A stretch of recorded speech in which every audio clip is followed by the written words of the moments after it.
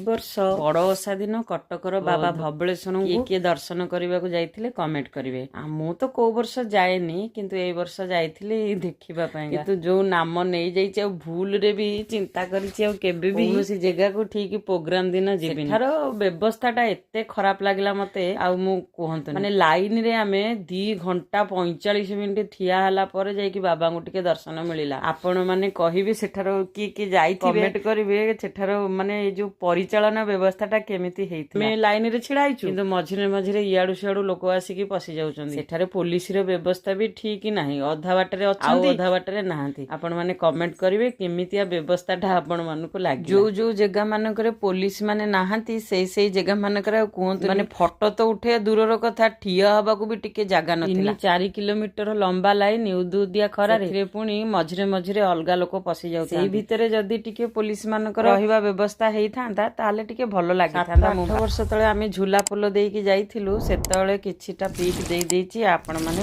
Video रे देखो। वीडियोटा केमति लागिला भल लागिले लाइक टे कर दे।